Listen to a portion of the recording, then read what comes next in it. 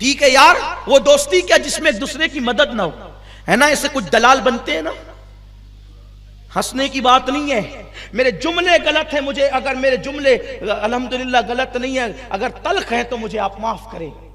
اس سے گھر لٹ رہے ہیں ہمارے، گھر تباہ ہو رہے ہیں ہماری بیٹیوں کی آبرو لٹ رہی ہے، کس کو جا کر کے کہے؟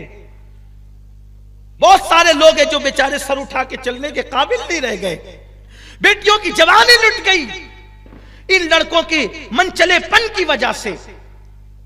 ہر بندہ مجنون بننا چاہتا ہے، کیا بنا رکھا ہے، کیا حالات بنا رکھے؟ مسلمانوں ایک تم ہی تھے کہ ہندوستان میں تم نہ مسجد بنانے آئے تھے نہ مدرسے بنانے آئے تھے۔ پہلی مرتبہ جب تم آئے تھے تو صرف ایک عورت کی آبرو کی حفاظت کے لیے آئے تھے، اور تمہارے تقدس سے متاثر ہو کر لوگ کلمہ پڑھتے گئے، مسجد مدرسے بنتے گئے۔ تم دوسروں کی بیٹیوں کی عزت کے محافظ تھے، آج تم محلوں کی بیٹیوں کی عزت کے دشمن بن گئے۔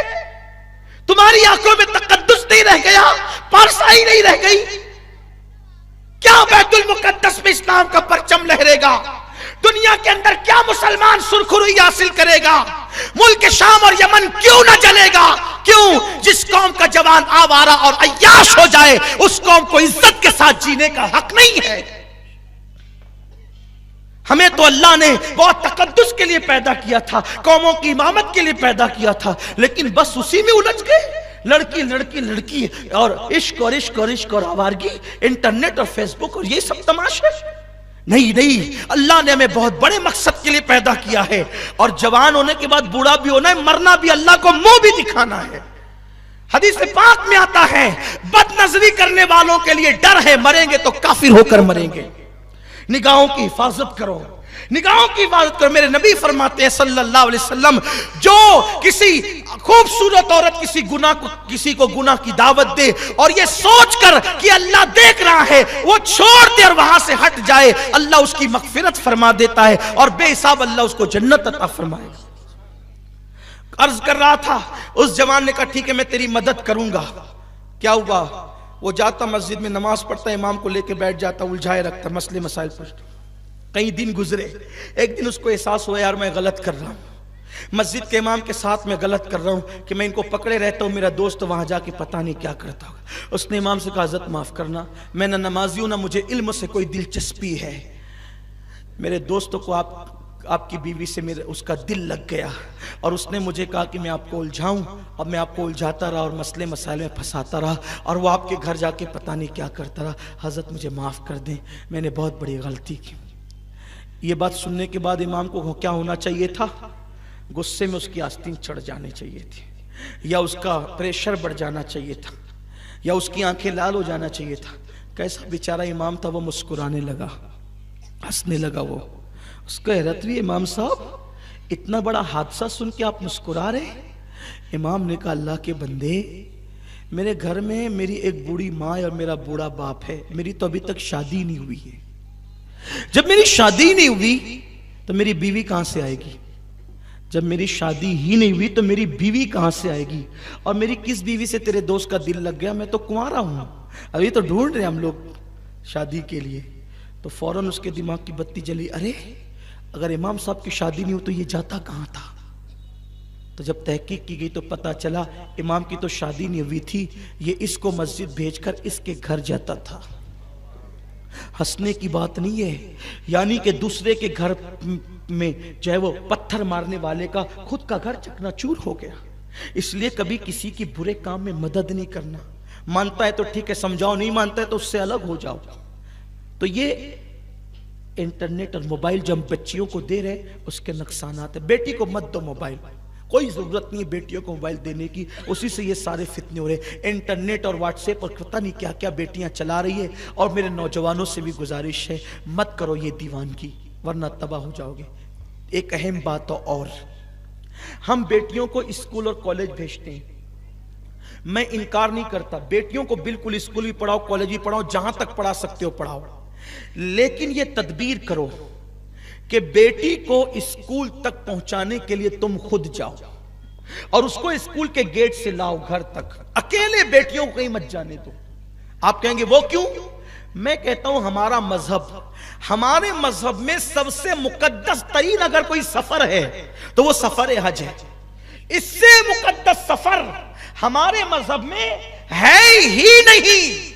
سب سے زیادہ مقدس سفر سفر حج ہے، جس کے لیے ہر مسلمان پوری زندگی دعا کرتا ہے، دکھا دے یا الہی وہ مدینہ کیسی بستی ہے جہاں پر رات دن مولا تیری رحمت برستی ہے. ہمارے یہاں سب سے مقدس سفر حج ہے. ہر قدم پر نیکی ملتی ہے، ہر قدم پر ثواب ملتا ہے. مگر سنو مسلمانوں، اتنا مبارک اور مقدس سفر اسلام کہتا ہے سفر حج کے لیے عورت اکیلے نہیں جا سکتی. تو جب حج کے لیے عورت کو اکیلے جانے کی اجازت نہیں ہے تو اسکول اور کالج بالغ لڑکیوں کو اکیلے جانے کی اجازت کیسے ہو سکتی؟ اس لیے اسکول کی دہلیز تک پہنچاؤ اپنی بیٹیوں کو اسکول کی دہلیز سے لاؤ. لیکن آج تو حال یہ پکنک پر بیٹیاں 18 سال کی ٹیچروں کے ساتھ اکیلے جا رہی ہیں. کوئی بولنے والا نہیں ہے، جو بولے وہ گالی سنے، ہمیں کوئی فرق نہیں پڑتا. ٹھیک ہے، کوئی گالی 4 ہی دے گا نا، اگر قوم کی آبرو بچتی ہے تو اس سے بڑی بات کیا. اور میں نے تو اپنی ذات کے لیے لوگوں کو معاف کر دیا. میں کہا جاؤ جتنی بے عزتی کرنا ہو کرو، اس لیے کہ تم بے عزتیاں کرتے ہو، میرا نبی مجھے عزت عطا کرتا ہے، میرا خدا مجھے عزت عطا کرتا ہے. جاؤ شہر والوں، باتیں بری لگتی ہے تو جتنی گالیاں دینا ہے دے لو، لیکن حق تو بول کر رہوں گا.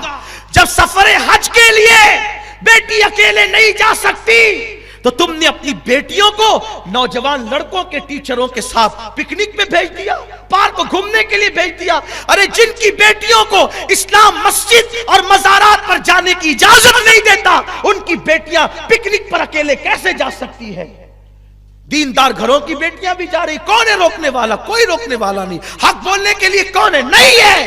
اس لیے کہ گالیاں سننی پڑے گی. ٹھیک ہے، اگر دین کا تحفظ گالیوں سے نہیں بلکہ اگر خون دینے سے ہوتا ہے ہم اس کے لیے بھی تیار ہیں. اس لیے کہ اللہ نے ہمیں پیدا اس لیے کیا ہے کہ اگر دین کی حفاظت ہمارے بول سے ہوتی ہے تو بول سے کریں گے، اور خون سے ہوتی ہے تو خون سے کریں گے. لیکن حق کہہ کر رہیں گے. ناجائز اور حرام ہے اکیلے بیٹیوں کو نوجوان لڑکوں کے ساتھ پکنک پر بھیجنا، پارکوں میں بھیجنا، اور وہ بھی 1 دن نہیں 3 دن جاتی ہے.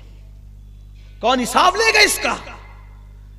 بیٹی اگر گھر سے 10 منٹ غائب ہو جائے تو شریف ماں باپ کی چیخیں نکل جاتی ہے. 3 4 رات کے لیے بیٹیاں پکنک پہ جا رہی ہے. نہیں.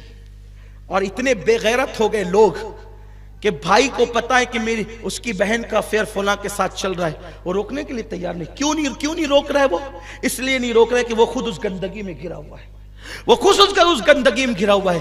میں اپنی بہنوں کو اور بیٹیوں کو ایک پیغام دیتا ہوں اینڈ پر، اختتام پر. میری قوم کی بیٹیوں، تمہاری آبرو بہت قیمتی ہے، تمہاری عزت بہت قیمتی ہے.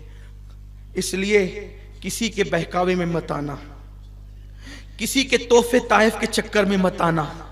ہاں تمہاری عزت سے بڑا کوئی تحفہ نہیں ہو سکتا. میرے نبی نے ایک بیٹی کی عزت کو کعبۃ اللہ سے زیادہ بلند کیا ہے.